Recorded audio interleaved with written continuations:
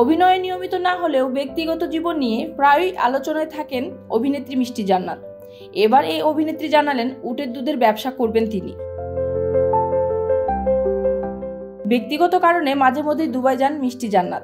দেশে ফেরার সময় পরিবারের জন্য সঙ্গে নিয়ে আসেন উটের দুধ। তবে এই দুধের পুষ্টিগুণের কথা চিন্তা করে বাণিজ্যিকভাবে দেশে আনার পরিকল্পনা করছেন এ অভিনেত্রী। গণমাধ্যমকে দেওয়া এক সাক্ষাৎকারে মিষ্টি জান্নাত বলেন, দুবাই থেকে উটের দুধ আমদানি করব। এটি যেন সবাই খেতে পারেন, সেজন্য 200 মিলিগ্রামের প্যাকেটও বের করার ইচ্ছা রয়েছে। খুব শীঘ্রই এ পণ্য দেশের মাটিতে লঞ্চ করব। তবে উটের দুধের দাম কেমন হবে সে বিষয়ে এখনো সিদ্ধান্ত হয়নি। এ বিষয়ে ঈদুল আজহার আগে বা পরে সংবাদ সম্মেলনের আয়োজন করবেন বলেও জানান এই নায়িকা।